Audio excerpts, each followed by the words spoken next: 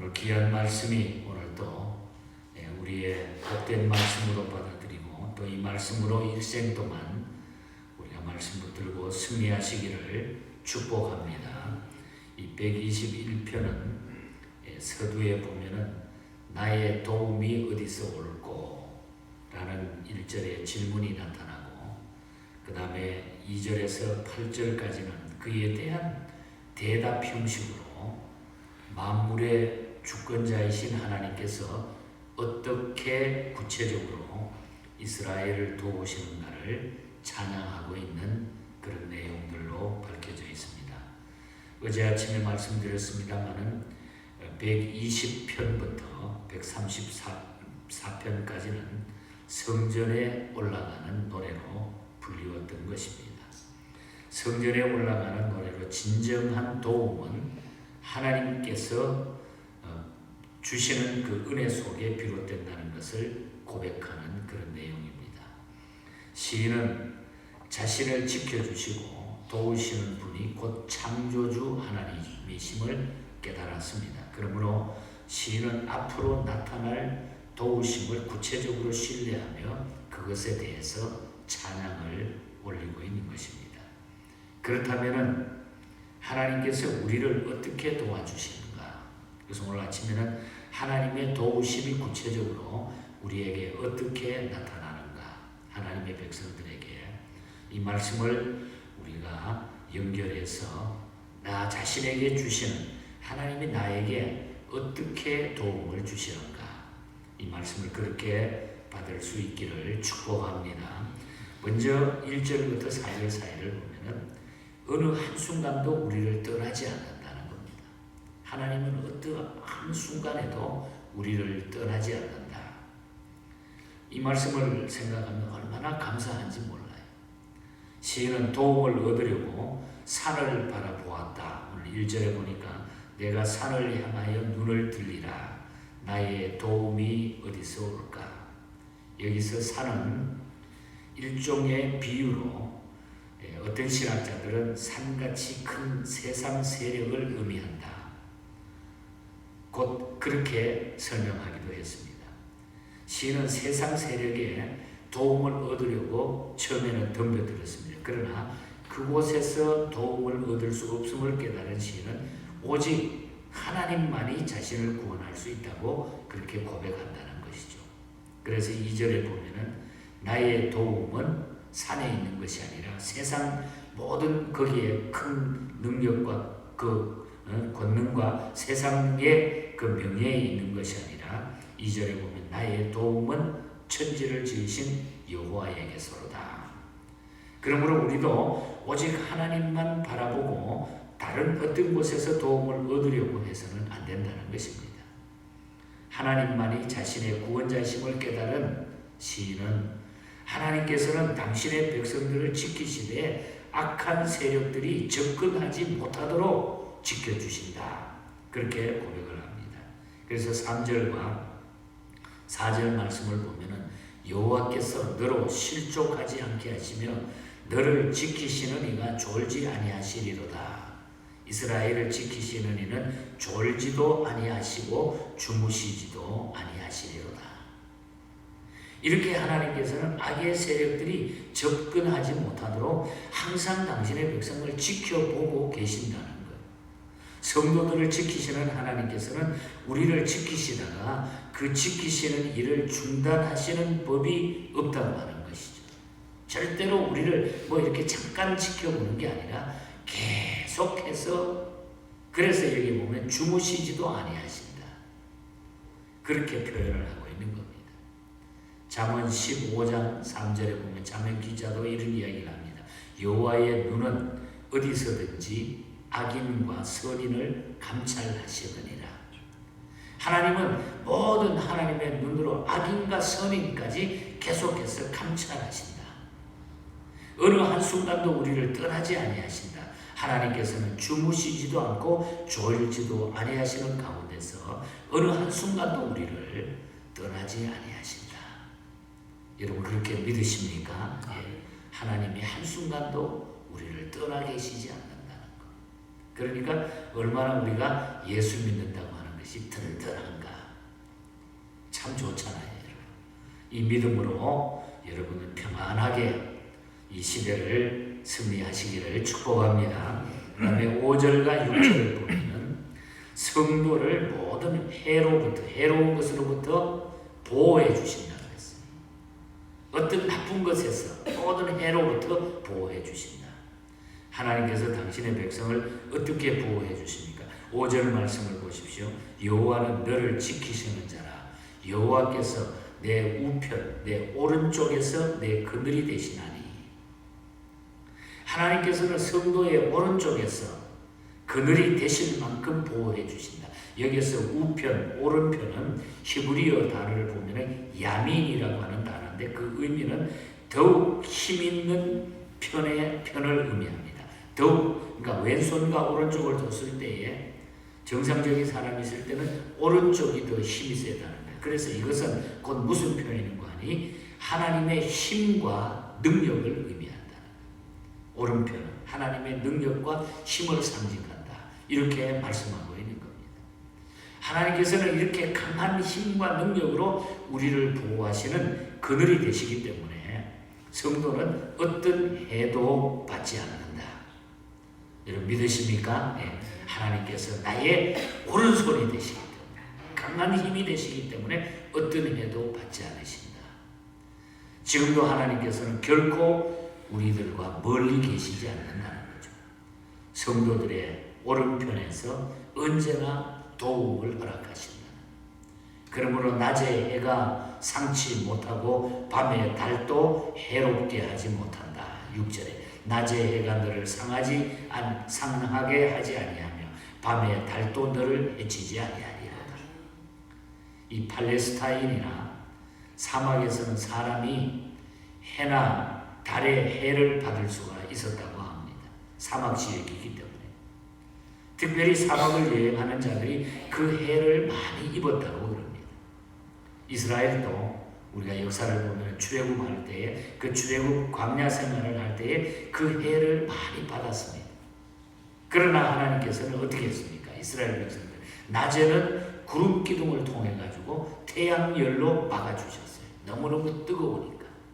그리고 밤에는 추우니까 사막의 기온이 추우니까 불기둥으로 이스라엘을 보호하셔서 인도해 주셨다는 거죠. 그러니까 하나님의 백성을 하나님께서는 철저하게 밤에도 낮에도 필요한 대로 하나님이 추우면 따뜻하게 해주고 또한 더우면 시원하게 해주고 하나님이 이렇게 인도하고 보호해 주신다는 거죠. 그렇습니다. 오늘도 하나님께서는 당신이 사랑하는 자들을 악의 세력 가운데서 지켜주시고 보호해 주셔서 어떤 해도 미치지 않게 하십니다. 그러나 여기에서 우리가 분명히 바르게 해야 할 것은 여기 어떤 해도 미치지 않는다고 하는 이 말을 그러면 우리 예수 믿으면 뭐 어떤 어려움도 조금도 뭐 힘든 일이 안 생기느냐 이런 말은 아니에요. 어떤 해도 미치지 않는다는 말은 전혀 괴로움이나 고난을 당하지 않는다는 말이 아니라 우리가 받는 해나 고통이 결코 하나님의 뜻을 벗어나 감당하지 못할 정도는 아니라고 하는 그런 의미라는 거예요. 그러니까 하나님의 백성들은 감당할 수 있는 일을 하나님이 주시지 감당하지 못한 일은 하나님이 우리에게 허락하지 않는다는 거죠. 하나님께서는 그늘과 같아서 우리가 감당할 수 없는 시험당하는 것을 허락하지 아니하시고 우리가 시험당할 때에 피할 길을 마련해 주신다고 고린도전서 10장 13절에도 말씀하고 있지 않습니까? 그래서 우리는 언제나 하나님의 보호하심 속에 있기 때문에 어떤 악의 세력도 미치지 못한다고 하는 거죠.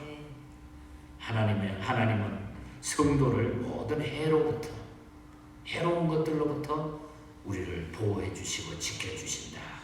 이 믿음으로 하나님이 나를 지키시기 때문에 내가 어떤 일을 당해도 하나님이 나를 지키실 거야. 이 믿음으로 쓰시기를 축복합니다. 너무나 감사하잖아요. 그리고 마지막으로 7절과 8절을 보면은 하나님의 백성을 영원히 돌아봐 주신다고 했어요. 영원히 중단하지 않고 영원히 돌아봐 주신다. 하나님께서는 당신의 백성들의 일거수일투족을 감찰하시고 환난에 빠져 좌절하지 않도록 지켜주십니다. 7절 말씀을 보십시오. 여호와께서 너를 지켜 모든 환난을 면하게 하시며 또 내 영혼을 지키시리로다. 이처럼 하나님께서는 당신의 백성들을 어떠한 악으로부터 지켜주신다는 거예요. 악은 다양한 모양을 취하고 우리에게 나타납니다. 유혹하고 어떤 모양으로 막 나타나서 우리를 유혹하죠. 그러나 어떤 형태를 취하고 나타나건 하나님께서는 당신의 백성을 참되고 경건하며 거룩하게 지켜주신다 그랬습니다. 또 하나님께서는 당신의 백성을 돌아봐 주시는데 언제까지 지키신다고 돌아봐 주신다고 했습니까? 8절 말씀이 말씀합니다. 여호와께서 너의 출입을 지금부터 영원까지 지키시리로다. 영원까지 지키시리로다.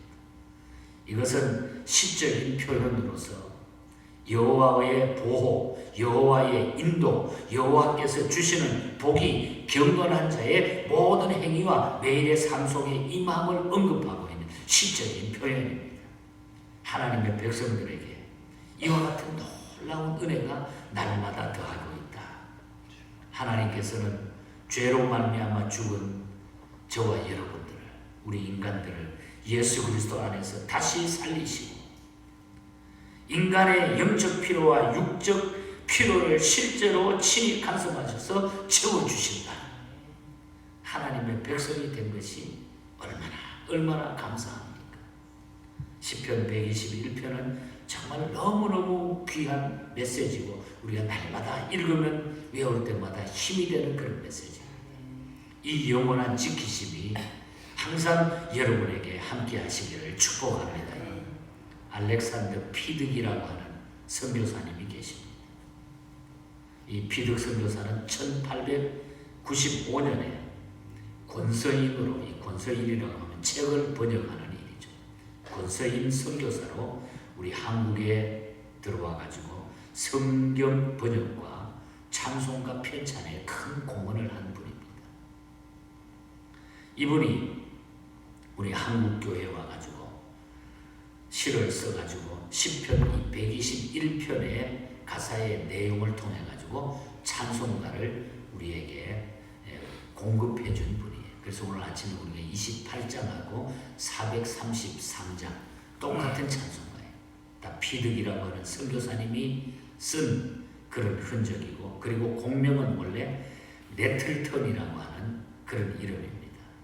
이 말은 아사헬 네틀턴이라고 하는 미국 교회 19세기에 미국 찬송가의 작곡자로 아주 엄청난 공을 세웠던 이분에 의해 가지고 이 찬송가의 곡이 만들어지고, 바로 시편 121편을 근거로 해서 피득 선교사가 가사를 써서 그분이 찬송가를 만들어줘서 원래 원곡 이름은 네틀턴이라 이런 원제목으로 찬송가가 만들어졌어요. 그래서 28장과 433장 가사가 좋으니까 우리 한국 교회가 옛날에 찬송가 편찬위원회에서 이 두 곡을 그냥 다 같이 집어넣은 거예요. 원래 한 곡인데 여기 보면은 121편을 통해 가지고 그 가사를 그대로 집어넣어놨는데, 눈을 들어 산을 보니 도움 어디서 오나, 천지 지은 주 여호와 나를 도와주시네. 너의 발이 실족점께 주가 깨어 지키며 택한 백성 항상 지켜 길이 보호하시네. 택한 백성 항상 지켜 길이 보호하시네. 또 2절 가사에 도우시는 하나님이 내게 그늘 되시나니 낮의 해와 밤의 달이 너를 상치 않겠네. 내게 화를 주지 않고 혼을 보호하시며 너의 출입 뭐라고 해? 지금부터 영영 인도하시리. 영영 인도하시리. 얼마나 놀라운 축복의 메시지입니까?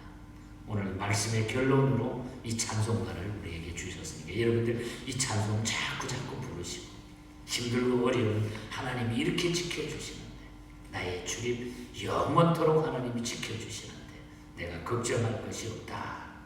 이런 믿음으로 여러분 평생 사시고 오늘 하루도 이거 생각하면서 그냥 가슴 뿌듯하게 여러분이 주신 일들 잘 감당하시고, 여러분의 가정과 여러분의 사업터, 직장에 큰 은혜가 더하는 복된 날 되기를 주님 이름으로 축복합니다. 하나님 아버지 감사합니다.